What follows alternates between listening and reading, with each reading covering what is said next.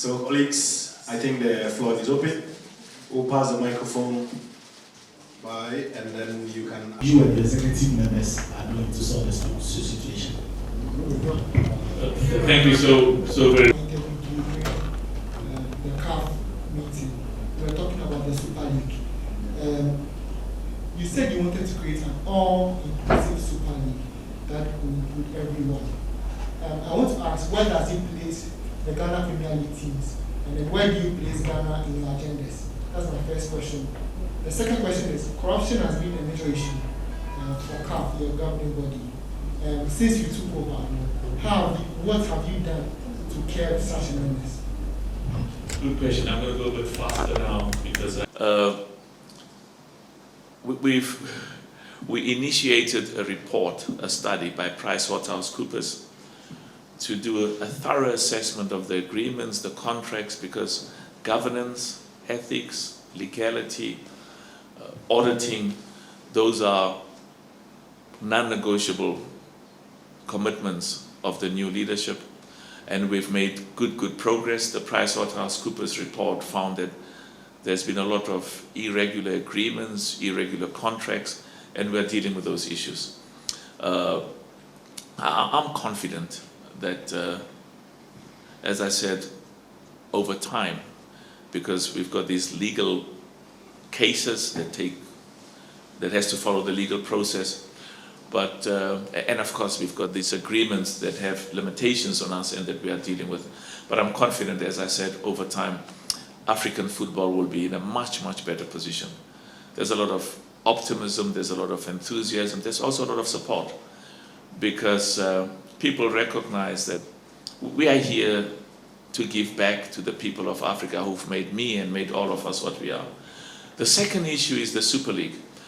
I can assure you, the Super League has to benefit everybody. And meaning even those nations that may not have clubs that are participating in the Super League. And understand what is behind the Super League.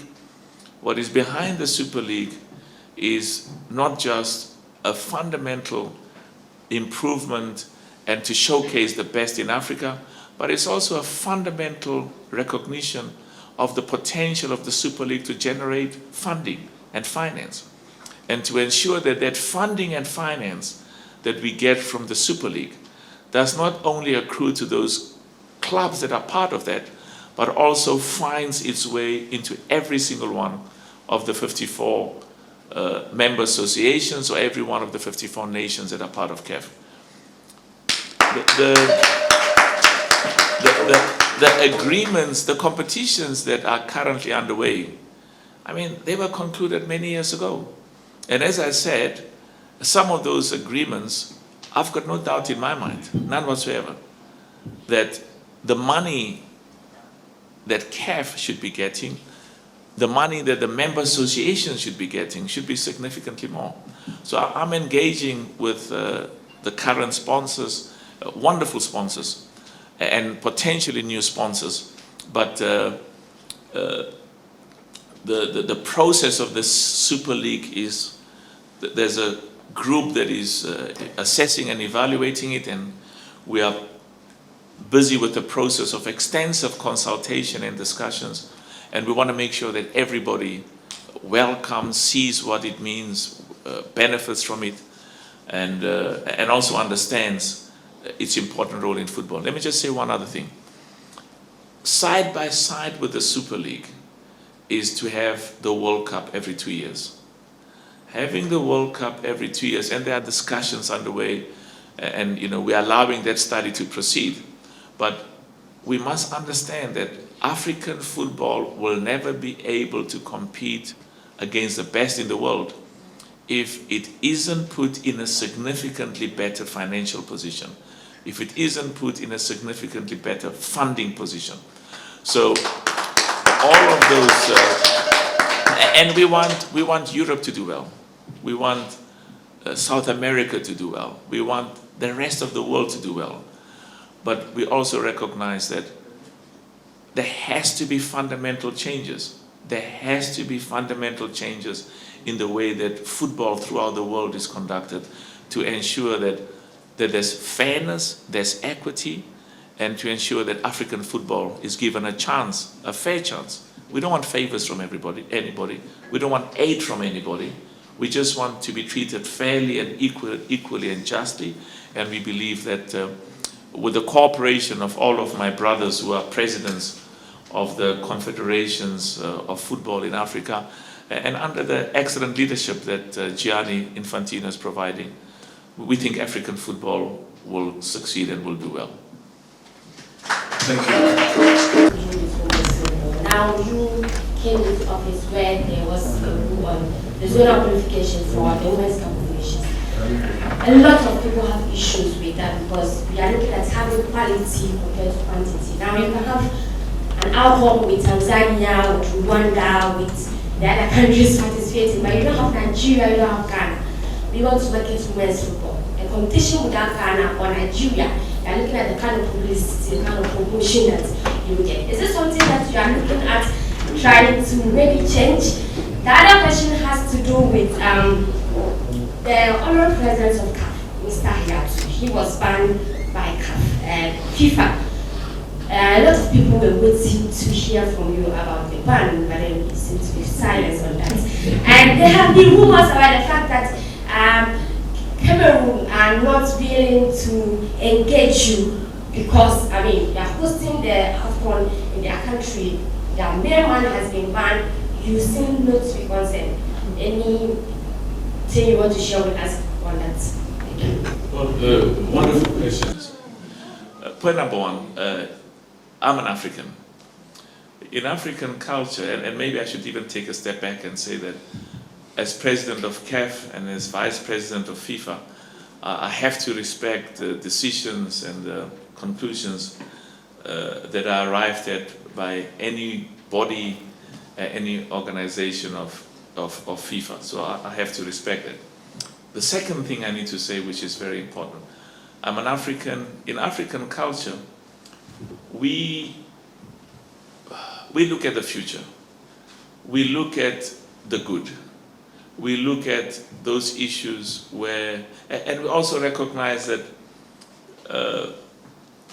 mistakes and errors are being made by all of us.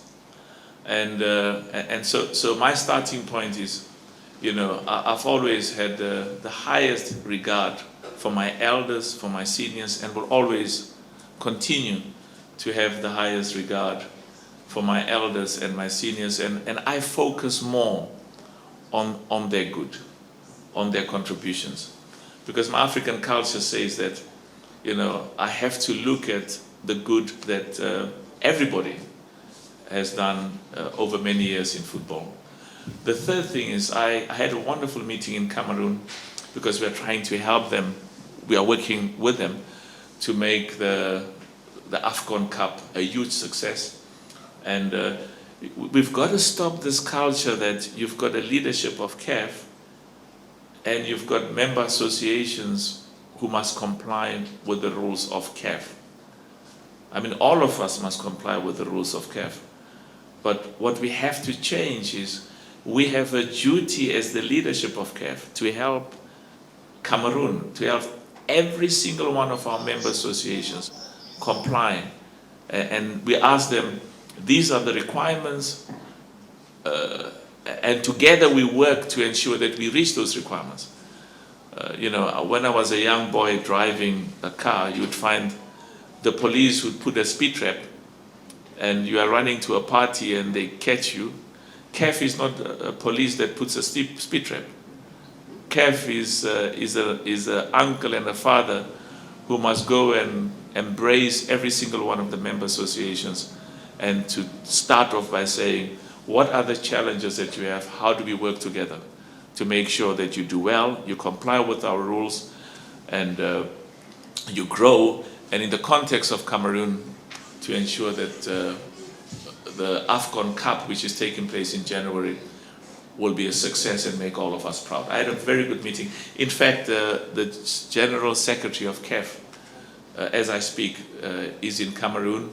I've asked him and the Vice President to go and visit Cameroon. I was there a month ago, and they reported to me the good work that they're doing. There's some work that still has to be done, and I was given the assurance, and I'm committed. I'm committed to a successful AFCON Cup in Cameroon that will make the people of Cameroon proud and that will make Africa proud. Mr. President, please, clarification. Now let me tell you what my problem is, and I will talk not as president of CAF, even though I'm wearing the hat of president of CAF. Let me talk as an African. If you put Nigeria, you put Ghana, you put Senegal, you put Cameroon in the same group, and you want one of them to win, you are denying me 3 countries that could win in the world. So I don't want Ghana. You know, I'm president of CAF, so I love all of the nations. But I can also say, I don't want Ghana to play South Africa. You know? Because when Ghana plays South Africa, we are all saying, God, please, can you please ask Ghana to go to another group? Because they always make our life, because Ghana is a special, special country with special players.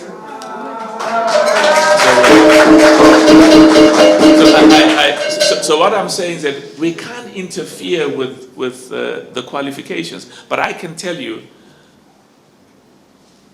I made a remark this morning, Ghana can win the World Cup,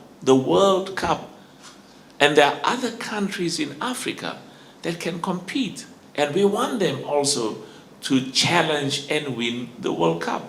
So if you put Ghana and Nigeria and Cameroon and Ivory Coast and Senegal and say compete, you are taking 4 of my... Let me tell you one thing. I'd like to see Germany, I want France, I want Italy, I want England in one group. And I want one of them to go and the others must fail. So the same applies to the women's football. I must say, I am so proud. Somebody was saying to me, look out, the women of Africa may win the World Cup quicker than the men of Africa. Now, I want both of them. I want both the men and the women to win the World Cup. So the issues of the regional qualifications follows the process, and to make sure that they are ethical.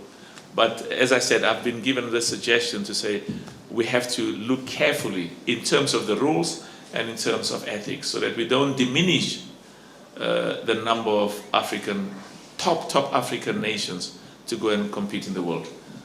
Next question. Thank you.